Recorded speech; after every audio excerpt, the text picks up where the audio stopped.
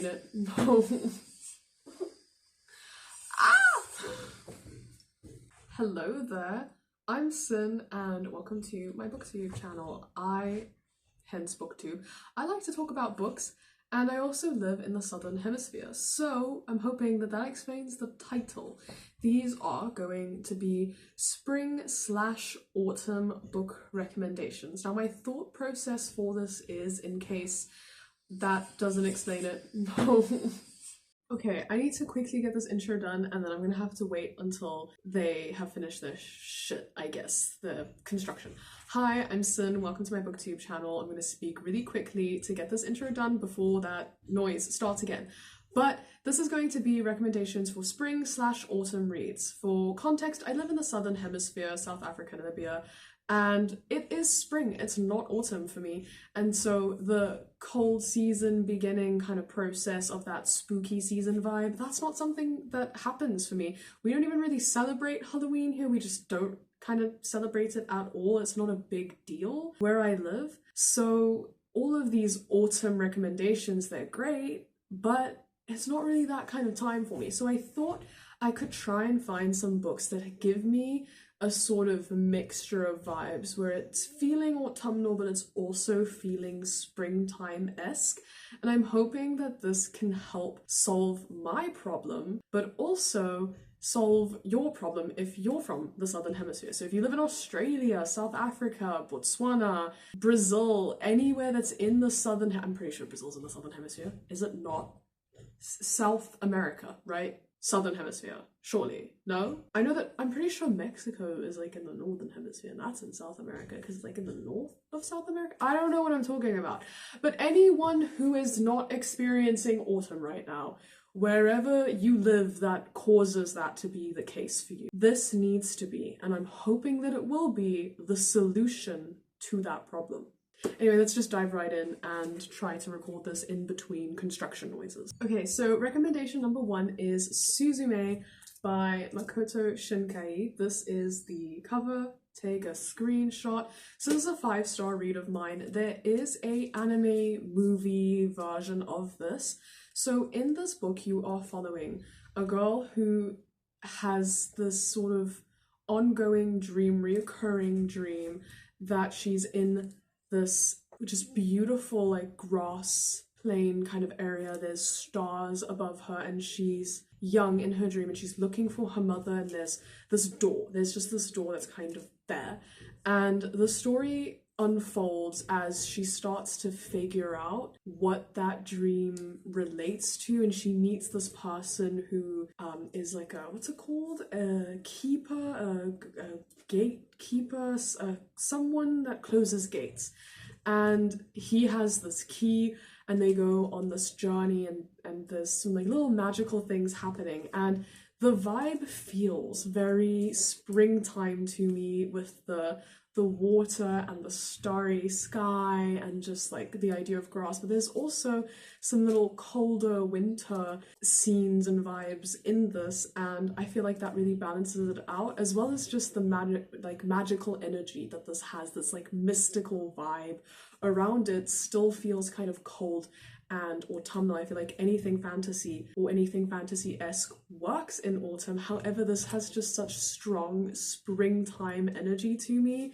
And I think that this is genuinely probably going to be the perfect option, and this is going to be the best recommendation out of everything else I give. I think most of the other things I provide now are going to be a little bit of like a shot in the dark, but at least I'm starting off with a banger and I'm hoping to end on a banger as well. So stay tuned for like the end one as well, or just skip to it. You have rights. But like, if you are skipping while you're down there and your mouse is like doing things, click the like button and maybe comment a recommendation that feels spring/autumn. That'd be pretty nice. Let's move on to the next one. Okay, recommendation number 2, Fazbear Frights. Look at that. So, Fazbear Frights. This is a collection of short stories. Well, a collection of books that are all collections of short stories. So each book comes with 3 short stories. These are horror short stories, and it's Five Nights at Freddy's inspired. It's by Scott Cawthon, and this one's by Scott Cawthon and Elliot Cooper. They're all by Scott Cawthon and blank. So there you go. So each of these, like I said, it comes with 3 short stories. These are all inspired by the Five Nights at Freddy's universe. I am constantly recommending these because I just feel like they're so quick and easy to get through. And the reason I'm recommending this here is because short stories to me feel very spring and summer. I don't really know why.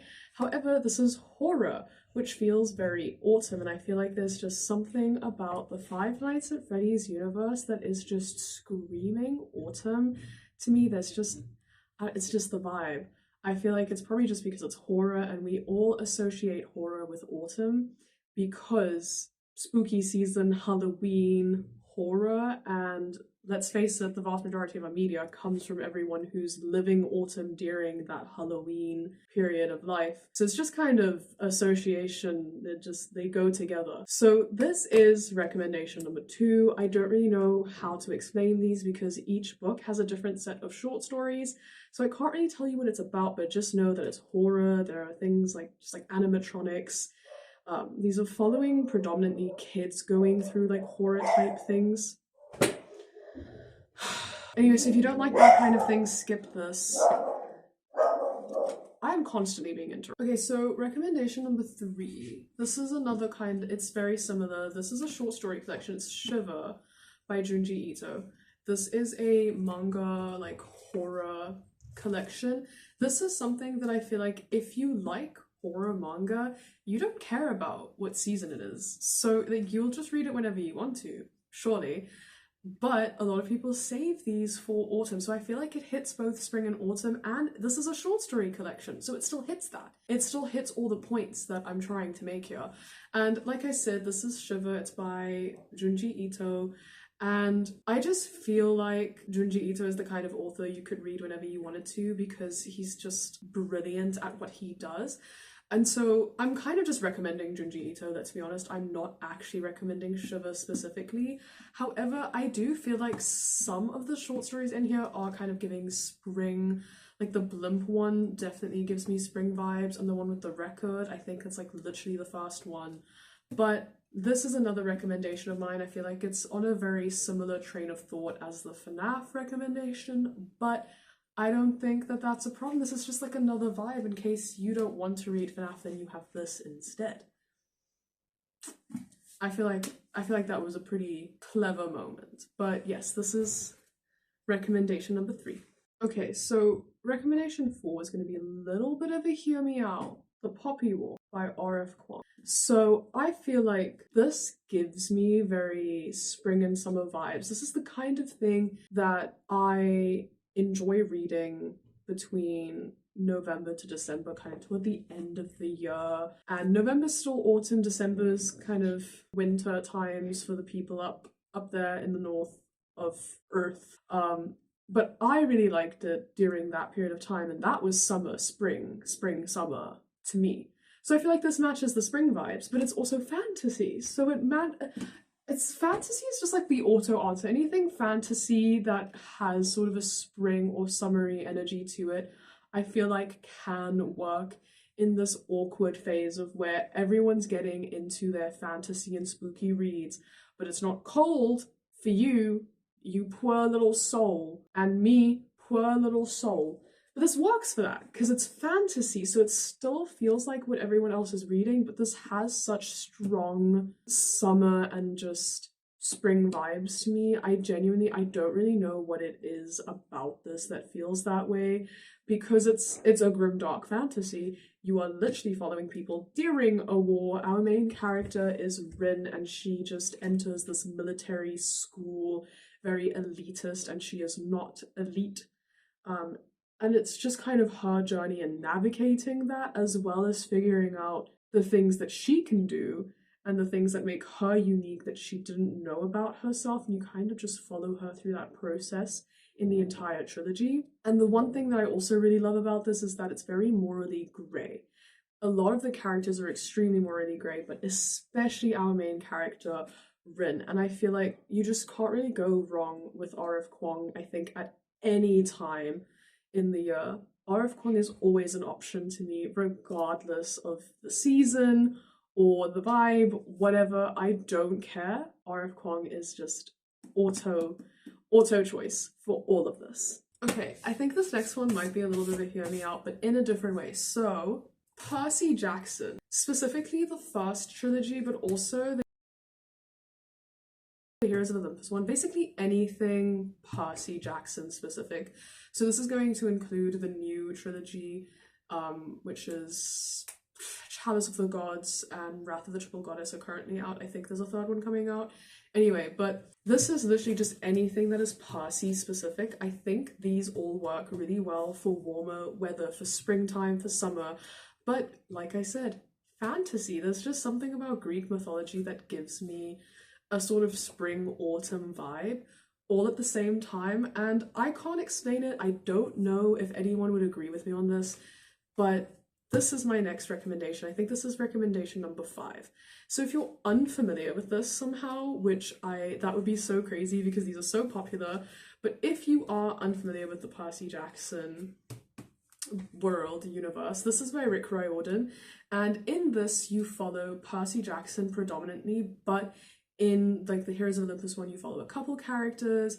In this one, it's mostly Percy, but along with his 2 friends, Annabeth and Grover, and you get to watch them navigate being demigods. So if you are still unfamiliar, a demigod is someone who is half human, half Greek god, Norse god, any kind of god. And in this is specifically Greek gods. Obviously, I said Greek mythology. Anyway, but yeah, so you just kind of follow him navigating these quests and these things that are all happening, and like just the craziness that is his life as a demigod, being hunted by monsters and being sent on quests, like I said, by the Greek gods. And it's just like a crazy world, crazy thing that's happening. And they also stay in a thing called like Camp Half-Blood, which is giving very summer camp thing, like theme and vibe to me. And we don't really do summer camps where I live. I haven't heard of any. However, I do know what a summer camp is and I understand the vibe, and it gives that vibe, and I think that works because like summer's close enough to spring. I feel like as long as I can find a sort of middle ground between summer or spring and autumn, because I don't know about the rest of the Southern Hemisphere, but where I live in quite a few towns, it hits summer level weather pretty soon, like pretty early on in that spring vibe. So it's like you barely experience spring in some places. So I feel like just kind of hitting a little bit of both marks. I might as well, I might as well. Anyway, so that's this recommendation. Let's move on. Okay, so my next recommendation doesn't really have like a reason for being here, but Lessons in Chemistry by Bonnie Garmus. I think that this is just a pretty neutral read. I feel like you could read this in any season and it would go completely fine. Here's the cover. Anyway, I just wanted to throw this one in here. So in this, you follow, what's her name? Elizabeth Zott, and she is a woman living in the 60s. She's a chemist specifically, oh my, I'm so sorry. I think I've just like lost the ability to speak briefly.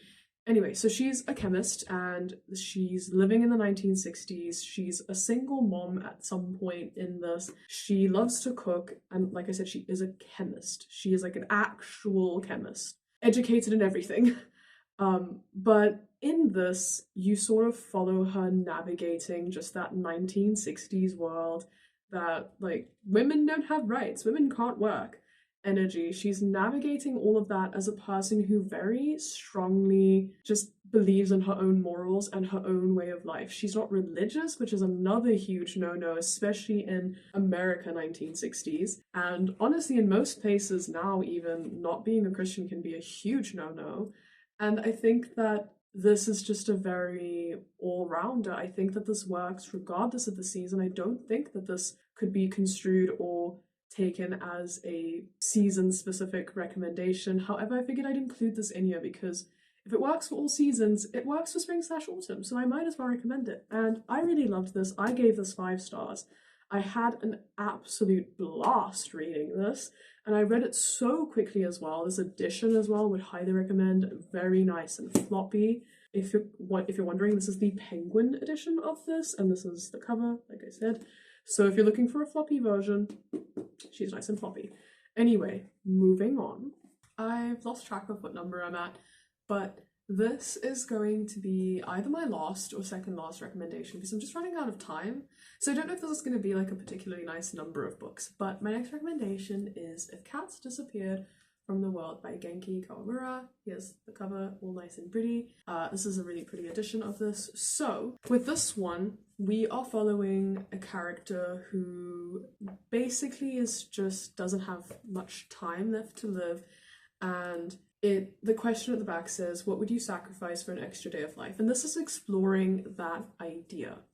And there's a cat in this, and I feel like cats just give me big kind of just autumn vibes, you know, the witch and her black cat and all of those kinds of things. So I feel like this just really works for that. However, in saying that, I do have a little bit more of a solid reasoning for this one, and I don't think it's as big of a hear me out. My reasoning is that if you're looking at things like death, life, that kind of thing, that's just inherently very spring, very autumn. Autumn is when the things are slowly dying, the leaves are dying, things are kind of hiding away and going into their winter, no leaves existence. And then spring is when flowers are blooming. Life is entering nature again. And so I feel like both of those seasons match this type of vibe very well. And I think that might have been just like actually probably the cleverest one that I've recommended so far. I know I said the first one was starting off with a banger, but I think this might be the banger of all bangers. This was actually a last minute realization. I kind of just went, wait a second. Oh my god, how did I not choose this one immediately when I was making up my little list? Anyway, so this is definitely going to be one of my top recommendations for this. If you are going to take anything out of this, I think this is probably going to be a really good one. Also, I loved it. She's annotated. She's been read and loved by me. Anyway, this is a really good read, so would highly recommend this one. Okay, now for this recommendation, which might be my last one, I'm going to have a little look at my shelves after this and see if there's anything else. But coming back to some Rick Riordan, this is Daughter of the Deep by Rick Riordan. So this is currently a standalone, but I believe that there is a plan for more in the future. I don't know how long of a series this will be, or if it even will be a series, but currently this is the only one that's out, and I haven't heard all too much on whether or not this is going to be a series. But this is kind of a neutral read. I don't think that this particularly gives me heavily any seasons vibe. However, there is just something about the ocean that does kind of automatically feel quite, you know, warm weather type of thing, spring, summer. But again, this is kind of a fantasy sci-fi. I think this might be YA, not middle grade, because Rick Riordan's known for his middle grades. Okay, I have absolutely no clue what I last said, but I guess to summarize, ocean equals summer, spring. Fantasy sci-fi equals winter, autumn. This equals good option. That's basically what I wanted to get at. I also just feel like anything Rick Riordan, except for Magnus Chase, the Ship of the Dead and the Hammer of Thor, they don't give me warm weather vibes. Those two books feel very winter, very autumn, and then The Sword of the Summer, I just can't place that one. I feel like Norse mythology gives me very wintry autumn vibes, but then The Sword of Summer is like this weird in between. So I guess that could be a pretty good recommendation too, but it's not an official one. This is my official one. And I think there might be one other book that I could recommend for this. I don't know, give a moment, give me one. Okay, so I'm going to be adding another recommendation, Sweet Bean Paste by Durian Sukegawa. So this is set in spring, winter, I think, sort of time span. So this one isn't quite autumn, however, this does give me very strong spring and winter vibes. I think the winter portion of things make up for that cold weather vibe that the autumn recommendations need. And then the fact that there are cherry blossoms and there's spring happening during this covers the spring portion of things very obviously. So if you are unfamiliar, first of all, I read this in a video. I'm going to link that and I'm going to put it up here and I'm going to put a little screenshot of it right here. It's in this video, go watch that. I read that there. This was a 5-star read. I absolutely Loved it and adored it. I don't want to talk too much about my thoughts on it. This is supposed to just be recommendations. I don't really want to be sharing opinions. So what this is about, I think I'm just gonna read the synopsis for this one because I feel like every time I try to explain it, I either don't do it justice or I feel like I'm gonna spoil something. So I'm just gonna read the synopsis. Okay. Sentaro has failed. He has a criminal record, drinks too much, and his dream of becoming a writer is just a distant memory. With only the blossoming of the cherry trees to mark the passing of time, he spends his days in a tiny confectionery shop selling dorayaki, a type of pancake filled with sweet bean paste. Until, that is, Toke comes into his life, an elderly woman with disfigured hands and a troubled past. She makes the best sweet bean paste Sentaro has ever tasted. The unlikeliest of friendships blossoms, but it will take all of their resolve and plenty of pancakes to protect themselves when Toke's dark secret comes to light. Also, just a heads up, this is on the sadder side. It's not a particularly happy read, but I do think it matches the theme well enough, and I think this is where I'm going to be wrapping this up. Okay, outro time. So I think I recommended around 7 books, 6, 7, 8. I don't know, like I said, I lost count. Anyway, so what was I saying? Right, outro. Thank you for watching. I hope that you got a recommendation out of this, and please leave a potential recommendation in the comments. You can either leave a spring or autumn or a little bit of both recommendation, or if you just want to leave a random recommendation of a book that you've really loved recently or something that you just feel like deserves more attention, please put that in the comment section. I would love to check that out, potentially read it, and also I'd love to provide things for others from you guys. And yeah, that is the end of this video. Like, comment, and subscribe if you feel inclined to, and I hope you have an amazing day.